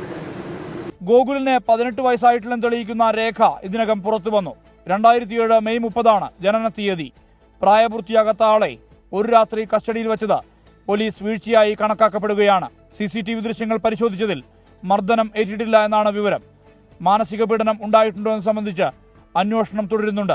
പ്രാഥമികമായ അന്വേഷണ റിപ്പോർട്ട് SP DIGക്ക് ഉടൻ കൈമാറും. ഇതിനുശേഷം ഡ്യൂട്ടിയിൽ ഉണ്ടായിരുന്ന ഉദ്യോഗസ്ഥർക്കെതിരെ നടപടിയെടുക്കാനാണ് സാധ്യത. ഗോകുലിന്റെ സംസ്കാരം ഇന്ന് വൈകിട്ട് നെല്ലറച്ചാലിൽ നടക്കും. 24 വയനാട്.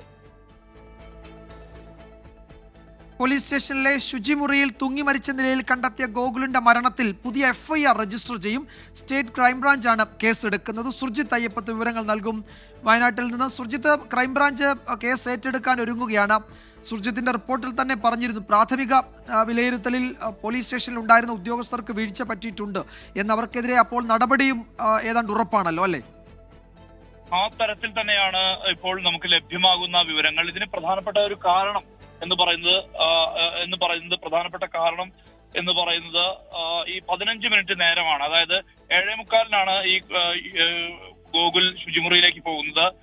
15 മിനിറ്റിന് ശേഷമാണ് ഇങ്ങനെ മരണം സംഭവിച്ചു എന്നുള്ള തരത്തിലുള്ള ഒരു സ്ഥിരീകരണത്തിലേക്ക് പോലീസ് എത്തുന്നത്. അതായത് തൂങ്ങി നിൽക്കുന്ന നിലയിലായിരുന്നു. ഉടൻ തന്നെ ആശുപത്രിയിലേക്ക് മാറ്റി. ഇതിനകത്ത് ഒരു കൃത്യവിലോപം ഉണ്ടായിട്ടുണ്ട് എന്നുള്ളതാണ് പ്രാഥമികമായ നിഗമനം. ഇതുമായി ബന്ധപ്പെട്ട് നിലവിൽ ഇപ്പോൾ സ്റ്റേറ്റ് ക്രൈംബ്രാഞ്ചിന് അന്വേഷണം വിടാനുള്ള തീരുമാനത്തിലേക്കാണ് എത്തിയിട്ടുള്ളത്. ഇതിനായി പ്രത്യേക സംഘത്തെ നിയോഗിക്കുമെന്നുള്ളതാണ് നമുക്ക് ലഭ്യമാകുന്ന വിവരം. ഇതനുസരിച്ച് ഈ സംഘം ചുമതല ഏറ്റെടുക്കുന്ന ഘട്ടത്തിൽ തന്നെ ഈ നടപടിയിലേക്ക്, അതായത് തുടർ നടപടിയിലേക്ക് കടക്കും. അതായത് പുതിയ FIR രജിസ്റ്റർ ചെയ്തുകൊണ്ട് തന്നെയായിരിക്കും ഇതുമായി ബന്ധപ്പെട്ട അന്വേഷണം നടക്കുക. അതായത് വീഴ്ച ഉണ്ടായിട്ടുണ്ട് എന്നുള്ള പ്രാഥമിക വിലയിരുത്തലിന്റെ അടിസ്ഥാനത്തിലാണ് ഇപ്പോൾ ഉദ്യോഗസ്ഥ തലത്തിൽ നടപടിക്ക് ഉള്ള നീക്കം നടന്നുകൊണ്ടിരിക്കുന്നത്. ഇവിടെ സ്റ്റേഷന്റെ ചുമതല ഉണ്ടായിരുന്ന ആളുകൾക്ക് പോലും അതുമായി ബന്ധപ്പെട്ട നടപടി ഉണ്ടാകുമെന്നുള്ളതാണ്. ഈ യുവാവിന്റെ, അതായത് ഗോകുലിന്റെ മൃതദേഹം അല്പസമയത്തിനകം തന്നെ നെല്ലാർച്ചാലിൽ എത്തിക്കും. വീട്ടിൽ തുടർന്നാണ് പൊതുദർശനം നടക്കുക. ഇന്ന് വൈകിട്ട് സംസ്കാരവും നടക്കും. ഗോകുലിന്റെ മരണത്തിൽ പുതിയ FIR രജിസ്റ്റർ ചെയ്യും. സ്റ്റേറ്റ് ക്രൈംബ്രാഞ്ച് ആയിരിക്കും അന്വേഷിക്കുക. പ്രത്യേക സംഘത്തെ അതിനായി നിയോഗിക്കും എന്നാണ് വിവരം. സുർജിത്ത് അയ്യപ്പത്താണ് വിവരങ്ങൾ നൽകിയത് വയനാട്ടിൽ നിന്ന്. കോഴിക്കോട് മേപ്പയ്യൂരിൽ ഖനനവിരുദ്ധ സമരത്തിന്റെ പേരിൽ 15കാരനെതിരെ പോലീസ് കേസെടുത്തു. സമരസ്ഥലത്ത് കാഴ്ചക്കാരനായി നിന്ന കൗമാരക്കാരനെ പോലീസ് വലിച്ചിഴച്ചു മർദ്ദിച്ചെന്ന് കുടുംബം പരാതിപ്പെട്ടിരുന്നു. ഇതിന് പിന്നാലെയുള്ള പോലീസിന്റെ നടപടി പ്രതികാരമാണ് എന്ന് കുട്ടിയുടെ പിതാവ് 24നോട് പറഞ്ഞു.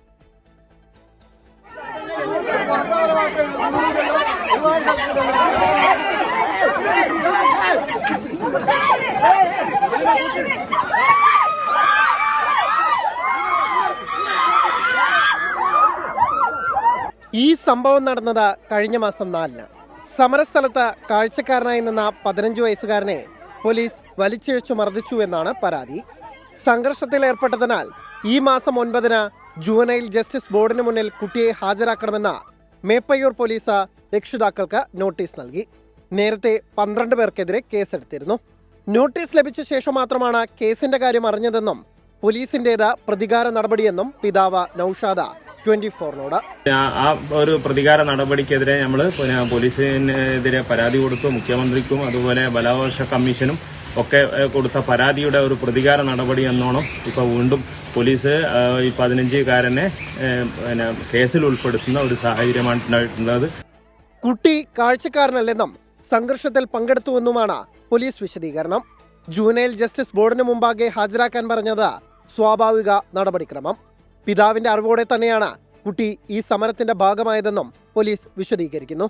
പോലീസ് അതിക്രമത്തിന് പിന്നാലെ മുഖ്യമന്ത്രിക്കും DGPക്കും പോലീസ് കംപ്ലൈന്റ് അതോറിറ്റിക്കും മനുഷ്യാവകാശ കമ്മീഷനും ദേശീയ ബാലാവകാശ കമ്മീഷനും സംസ്ഥാന ബാലാവകാശ കമ്മീഷനും നൌഷാദ് പരാതി നൽകിയിരുന്നു. ഇതിൽ ബാലാവകാശ കമ്മീഷൻ കേസെടുത്തു.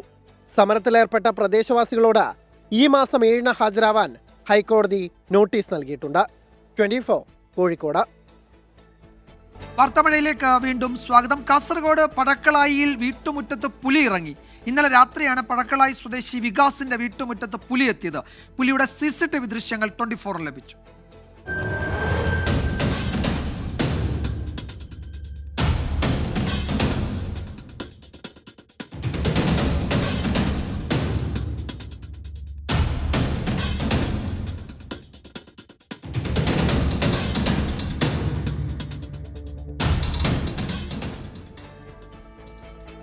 അരുൺ പാറയ്ക്കൽ വിവരങ്ങൾ നൽകും കാസർഗോഡ്. അരുൺ, ഈ പടക്കളായി എന്ന് പറയുന്ന മേഖല ഈ വന്യമൃഗങ്ങൾ നാട്ടിലിറങ്ങി പ്രശ്നമുണ്ടാക്കുന്ന ഒരു മേഖലയാണോ? ഇപ്പോൾ ഈ നമ്മൾ കാണുന്നത് ഒരു പുലി വളരെ ഒരു കാട്ടിൽ നടക്കുന്നത് പോലെ വീടിൻ്റെ മുറ്റത്തുകൂടി നടക്കുന്നു, അതിന് ഇഷ്ടമുള്ള സ്ഥലത്തൂടെയൊക്കെ അത് യാത്ര ചെയ്യുന്നു, അങ്ങനെയാണല്ലോ. അപ്പോൾ ആ നിലയിൽ വന്യമൃഗങ്ങൾ ഇറങ്ങുന്ന ഒരു പ്രദേശമാണോ ഇത്? വിജുമാർ, ഈ കാസർഗോഡിൻ്റെ ഒരു പ്രത്യേകത എന്ന് പറയുന്നത് കാടും നാടും ഇടകലർന്ന് കിടക്കുന്ന പ്രദേശങ്ങളാണ്. കുറച്ചേ കാടുണ്ട്, അതിൻ്റെ അപ്പുറത്തേക്ക് നാട്ടിൻ പ്രദേശങ്ങളാണ്. അങ്ങനെ ജനവാസ മേഖലയും കാടും ഇടകലർന്ന് കിടക്കുന്ന പ്രദേശങ്ങളാണ്. ഈ പ്രദേശങ്ങളിലെ വന്യമൃഗ ശല്യം ഇതുവരെയും ഒഴിയുന്നില്ല, ഭീതി ഒഴിയുന്നില്ല എന്നാണ് നമുക്ക് മനസ്സിലാക്കാൻ സാധിക്കുന്നത്. ഇപ്പോൾ ഏറ്റവും ഒടുവിൽ ഇന്നലെ രാത്രിയിലെ ദൃശ്യങ്ങളാണ് ഇപ്പോൾ പുറത്തു വരുന്നത്. കാസർഗോഡ് അമ്പലത്തറ പറക്കളായി കല്ലടം ചിറ്റയിലെ വികാസിൻ്റെ വീട്ടുമുറ്റത്താണ് ഈ പുലിയുടെ ദൃശ്യങ്ങൾ പതിഞ്ഞിരിക്കുന്നത്. വീടിൻ്റെ ടെറസിലും അതുപോലെ തന്നെ വീട്ടുമുറ്റത്തും പുലി സഞ്ചരിക്കുന്ന ദൃശ്യങ്ങളാണ് ഇപ്പോൾ പതിഞ്ഞിരിക്കുന്നത്. ഇതിന് തലേ ദിവസം വികാസിൻ്റെ വീട്ടിലെ വളർത്തുനായിയെ പുലി പിടിച്ചിരുന്നു.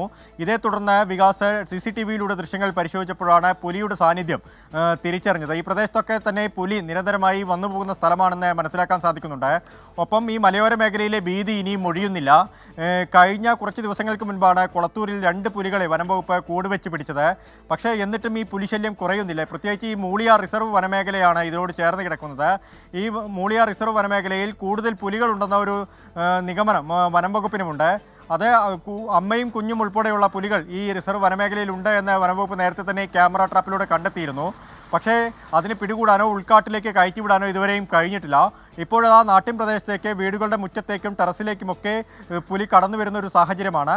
ഇതിപ്പോൾ ഏറ്റവും ഒടുവിൽ അമ്പലത്തറ പറക്കളായിലാണ് ഈ പുലിയുടെ സാന്നിധ്യം തിരിച്ചറിഞ്ഞിരിക്കുന്നത്. നേരത്തെ കൊളത്തൂർ ഭാഗങ്ങളിലും ഇരിയണ്ണി ഭാഗങ്ങളിലും ഒക്കെ പുലിയുടെ സാന്നിധ്യം ഉണ്ടായിരുന്നു. ഇനിയിപ്പോൾ ഈ പുലി ഭീതി ഒഴിയാതെ ഇങ്ങനെ നാട്ടുകാർ ആകെ ഭീതിയിലാണ് വിജയകുമാർ. ഈ ദൃശ്യങ്ങൾ കാസർഗോഡ് പറക്കളായിലാണ്. അവിടെ വീട്ടുമുറ്റത്താണ് ഇന്നലെ രാത്രി പുലി എത്തിയത്. ആ CCTV ദൃശ്യങ്ങളാണ് ഇപ്പോൾ പുറത്തു വന്നത്. അരുൺ പാറക്കിലാണ് വിശദാംശങ്ങൾ നൽകിയത്. സംസ്ഥാനത്ത് ശക്തമായ വേനൽ മഴയ്ക്ക് സാധ്യത. പാലക്കാട്, കോഴിക്കോട്, വയനാട് ജില്ലകളിൽ കേന്ദ്ര കാലാവസ്ഥാ വകുപ്പ് യെല്ലോ അലർട്ട് പ്രഖ്യാപിച്ചു. നാളെ 8 ജില്ലകളിൽ യെല്ലോ അലർട്ടുണ്ട്. ഉമേഷ് ബാലകൃഷ്ണൻ വിവരങ്ങൾ നൽകും തിരുവനന്തപുരത്ത് നിന്ന്. ഉമേഷ്, വേനൽ മഴ കുറെ കൂടി ശക്തമാകും എന്നാണോ കാലാവസ്ഥാ വകുപ്പ് അറിയിക്കുന്നത്? തീർച്ചയായും ഇന്ന് 3 ജില്ലകളിൽ യെല്ലോ അലർട്ട് പ്രഖ്യാപിച്ചിട്ടുണ്ട്. അതായത് ഒറ്റപ്പെട്ട ശക്തമായ മഴയ്ക്ക് 3 ജില്ലകളിൽ സാധ്യതയുണ്ട്. പാലക്കാട്, കോഴിക്കോട്, വയനാട് ജില്ലകളിലാണ് യെല്ലോ അലർട്ട്. ഈ ജില്ലകളിൽ 24 മണിക്കൂറിൽ 115 മില്ലിമീറ്റർ വരെ മഴ ലഭിക്കാൻ സാധ്യതയുണ്ട്. മറ്റെല്ലാ ജില്ലകളിലും ഗ്രീൻ അലർട്ടാണ്. അതായത് മറ്റെല്ലാ ജില്ലകളിലും സാധാരണ മഴയ്ക്കും സാധ്യതയുണ്ട്. നാളെ 8 ജില്ലകളിലാണ് യെല്ലോ അലർട്ട്. പത്തനംതിട്ട, എറണാകുളം, ഇടുക്കി, തൃശ്ശൂർ, പാലക്കാട്, മലപ്പുറം, കോഴിക്കോട്, വയനാട് ജില്ലകളിലാണ് നാളെ യെല്ലോ അലർട്ട് പ്രഖ്യാപിച്ചത്. മറ്റന്നാൾ മുതൽ, അതായത് തുടർച്ചയായ 5 ദിവസവും സമാനമായി സംസ്ഥാനത്ത് മഴ ലഭിക്കാൻ സാധ്യതയുണ്ട്. 5 ദിവസവും യെല്ലോ അലർട്ട് വിവിധ ജില്ലകളിൽ നിലനിർത്തിയിട്ടുണ്ട്. ഇപ്പോൾ ദുരന്ത നിവാരണ അതോറിറ്റിയുടെ ഏറ്റവും പുതിയ മുന്നറിയിപ്പ് പ്രകാരം 3 ജില്ലകളിൽ 40 കിലോമീറ്റർ വരെ വേഗത്തിൽ കാറ്റ് വീശാൻ സാധ്യതയുണ്ട് എന്ന മുന്നറിയിപ്പ് നൽകിയിട്ടുണ്ട്. വിജയകുമാർ. പാലക്കാട്, കോഴിക്കോട്, വയനാട് ജില്ലകളിലാണ് ഇന്ന് യെല്ലോ അലർട്ട് പ്രഖ്യാപിച്ചത്. നാളെ 8 ജില്ലകളിലും മഴ മുന്നറിയിപ്പുണ്ട്. വേനൽ മഴ ശക്തമാണ്, സജീവമാകുമെന്നാണ് കാലാവസ്ഥാ വകുപ്പ് അറിയിക്കുന്നത്. ഉമേഷ് ബാലകൃഷ്ണനാണ് വിവരങ്ങൾ നൽകിയത്. വാർത്താമഴയിലേക്ക് വീണ്ടും സ്വാഗതം. ഇരിങ്ങാലക്കുട കുടൽമാണിക്യം ക്ഷേത്രത്തിലെ കഴകം ജോലിയിൽ ജാതി വിവേചനം നേരിട്ട BA ബാലു രാജിവെച്ചു. BA ബാലുവിന്റെ രാജി സ്വീകരിച്ചതായും ഇക്കാര്യം ദേവസ്വം റിക്രൂട്ട്മെന്റ് ബോർഡിനെ അറിയിക്കുമെന്നും ദേവസ്വം ചെയർമാൻ CK ഗോപി പറഞ്ഞു. ബാലുവിന് സംരക്ഷണം ഉറപ്പു നൽകിയിരുന്നുവെന്ന് ദേവസ്വം മന്ത്രി VN വാസവൻ പ്രതികരിച്ചു. കഴിഞ്ഞ ഫെബ്രുവരി 24-നാണ് ബാലു ഇരിങ്ങാലക്കുട കൂടൽമാണിക്യം ക്ഷേത്രത്തിൽ കഴകം ജോലിയിൽ പ്രവേശിച്ചത്. പിന്നീട് തന്ത്രിമാരുടെ പ്രതിഷേധത്തെ തുടർന്ന് കഴിഞ്ഞ മാസം 6-ന് കഴകം ജോലിയിൽ നിന്ന് ഓഫീസ് ജോലിയിലേക്ക് ബാലുവിനെ താൽക്കാലികമായി മാറ്റി. ഓഫീസ് ജോലിയിലേക്ക് മാറ്റിയതിന്റെ പിറ്റേന്ന് തന്നെ അവധിയെടുത്ത് ബാലു നാട്ടിലേക്ക് മടങ്ങി. സംഭവം വാർത്തയായതോടെ കൂടൽമാണിക്യം ക്ഷേത്രത്തിലെ ജാതി വിവേചനത്തിനെതിരെ വലിയ പ്രതിഷേധമുയർന്നു. ഓഫീസ് ജോലിയിൽ തുടരാൻ താൽപ്പര്യമുണ്ടെന്ന് കാണിച്ച ബാലു അഡ്മിനിസ്ട്രേറ്റർക്ക് കത്ത് നൽകി. എന്നാൽ ഓഫീസ് ജോലി അനുവദിക്കാൻ കഴിയില്ലെന്നും നിയമനം ലഭിച്ച കഴകം തസ്തികയിൽ തന്നെ ബാലു തുടരേണ്ടി വരുമെന്നും അഡ്മിനിസ്ട്രേറ്റർ അറിയിച്ചു. തുടർന്നാണ് ബാലു രാജി സമർപ്പിച്ചത്. രാജി സ്വീകരിച്ചതായും ബാലുവിന്റെ ഒഴിവ് ദേവസ്വം റിക്രൂട്ട്മെന്റ് ബോർഡിനെ അറിയിക്കുമെന്നും കൂടൽമാണിക്യം ദേവസ്വം ചെയർമാൻ CK ഗോപി. ബാലു ആരോഗ്യപരമായ കാരണങ്ങളാലും വ്യക്തിപരമായ കാരണങ്ങളാലും കഴകം ജോലി തുറന്നു പോകാൻ സാധിക്കുന്നതല്ല, ജോലിയിൽ നിന്ന് റിസൈൻ ചെയ്യാൻ എന്നെ അനുവദിക്കണമെന്ന് ആവശ്യപ്പെട്ട് കത്ത് അഡ്മിനിസ്ട്രേറ്റർക്ക് നൽകിയിട്ടുണ്ട്. ഈഴ വിഭാഗത്തിൽപ്പെട്ട ആളെ 2ാം റാങ്കുകാരനായി നിയമിക്കുമെന്ന് Devaswom recruitment board chairman KB Mohandas. അടുത്തത് ഈഴവ ഒരു കാൻഡിഡേറ്റ് അടുത്ത ആ റാങ്ക് പട്ടികയിൽ ഉണ്ടെങ്കിൽ സ്വാഭാവികമായിട്ട് അയാളെ ശുപാർശ ചെയ്യും. ബാലുവിന്റെ രാജി ജാതി വിവേചനം കൊണ്ടല്ലെന്ന് ദേവസ്വം മന്ത്രി VN വാസവൻ. ജാതിപരമായ വിവേചനത്തിന്റെ അടിസ്ഥാനത്തിൽ അദ്ദേഹം പോകുന്നു എന്ന് പറയാൻ കഴിയില്ല. അങ്ങനെ ഉണ്ടായപ്പോൾ തന്നെ ഗവൺമെന്റ് ഇടപെടുകയും ഗവൺമെന്റ് നിലപാട് വ്യക്തമാക്കുകയും അതിനെതിരായ ശക്തമായ നിലപാടിൽ നിന്നുകൊണ്ട് അയാളെ അവിടെ തന്നെ ജോലി ചെയ്യിക്കാനുള്ള തീരുമാനം ഗവൺമെന്റ് എടുക്കുകയും അത് അയാൾക്ക് പൂർണ്ണമായി ബോധ്യപ്പെടുകയും ചെയ്തു. കൂടൽമാണിക്യത്തിലെ കഴകക്കാരൻ രാജിവെക്കേണ്ട സാഹചര്യം ഉണ്ടാകാൻ പാടില്ലായിരുന്നുവെന്ന് K രാധാകൃഷ്ണൻ MP. അദ്ദേഹത്തിന്റെ വ്യക്തിപരമായിട്ടുള്ള തീരുമാനമാണ് പ്രധാനമായിട്ടും ഇപ്പോൾ ആ ജോലിയിൽ നിന്നും മാറി നിൽക്കാൻ വേണ്ടിയുള്ളത്. അങ്ങനെ മാറി നിൽക്കുന്ന അവസരം ഉണ്ടാകാൻ പാടില്ല. ബാലുവിന്റെ രാജിയെ തുടർന്ന് വിവാദത്തിന് താൽക്കാലിക പരിഹാരമായെങ്കിലും പുനർനിയമനമുണ്ടായാൽ വീണ്ടും വിഷയം ചൂടുപിടിക്കും. 24 തൃശൂർ. ഭൂമി തട്ടിപ്പ് കേസിൽ CPM നേതാവും മുൻ വ്യവസായ മന്ത്രിയുമായ എളമരം കരീമിന് അറസ്റ്റ് വാറണ്ട്. മുക്കം കാരശ്ശേരിയിലെ മുക്കം ക്രഷർ ആൻഡ് ഗ്രാനൈറ്റുമായി ബന്ധപ്പെട്ട കേസിൽ കോടതിയിൽ ഹാജരാവാത്തതിനെ തുടർന്ന് താമരശ്ശേരി കോടതിയാണ് അറസ്റ്റ് വാറണ്ട് പുറപ്പെടുവിച്ചത്. 4 തവണ എളമരം കരീമിനോട് ഹാജരാകാൻ കോടതി ആവശ്യപ്പെട്ടിരുന്നു. ക്രഷർ നടത്താനെന്ന പേരിൽ എളമരം കരീമിന്റെ ബന്ധുവായ നൌഷാദ് തട്ടിപ്പ് നടത്തിയെന്നും നൌഷാദിന്റെ പേരിലേക്ക് ഭൂമി എഴുതി നൽകുന്നതിന് എളമരം കരീം ഇടനിലക്കാരനായി പ്രവർത്തിച്ചുവെന്നുമാണ് പരാതി. വാളയാർ കേസ് പ്രതികളായ മാതാപിതാക്കളുടെ അറസ്റ്റ് തടഞ്ഞ് ഹൈക്കോടതി. കുറ്റപത്രം റദ്ദാക്കണമെന്നാവശ്യപ്പെട്ടുള്ള ഹർജിയിലാണ് ഹൈക്കോടതിയുടെ നടപടി. പ്രതികൾക്കെതിരെ നടപടികൾ പാടില്ല എന്ന് ഹൈക്കോടതി സിംഗിൾ ബെഞ്ചിന്റെ നിർദ്ദേശം. ഹർജിയിൽ ഹൈക്കോടതി അവധിക്കാലത്തിന് ശേഷം വിശദമായി വാദം കേൾക്കും. കോടതി ഉത്തരവിൽ പൂർണ്ണ തൃപ്തിയുണ്ടെന്നും നീതിക്ക് വേണ്ടിയുള്ള പോരാട്ടം തുടരുമെന്നും വാളയാർ പെൺകുട്ടികളുടെ മാതാവ് പ്രതികരിച്ചു. എറണാകുളം കാക്കനാട് സൺറൈസ് ആശുപത്രിയിൽ അത്യാധുനിക നിലവാരത്തിലുള്ള കാത്ത് ലാബ് ചലച്ചിത്ര താരം നവ്യ നായർ ഉദ്ഘാടനം ചെയ്തു. Chairman doctor Hafeez Rahman, managing director Parveen Hafeez, CEO Suresh Thampi, chief operating officer Muhammad Safeer ul Islam, medical superintendent Thomas Gregory, interventional cardiologist doctor Varghese George എന്നിവർ ചടങ്ങിൽ പങ്കെടുത്തു. ഉദ്ഘാടനത്തോടനുബന്ധിച്ച് യുവ സംഗീതജ്ഞൻ ശരൺ അപ്പു അവതരിപ്പിച്ച സംഗീത വിരുന്ന് ശ്രദ്ധേയമായി. ചടങ്ങിന് ശേഷം സ്റ്റാഫുകൾക്കും അതിഥികൾക്കും ആശുപത്രി അധികൃതർ ഇഫ്താർ വിരുന്ന് ഒരുക്കിയിരുന്നു. ഇതോടെ വാർത്താമഴ അവസാനിക്കുന്നു.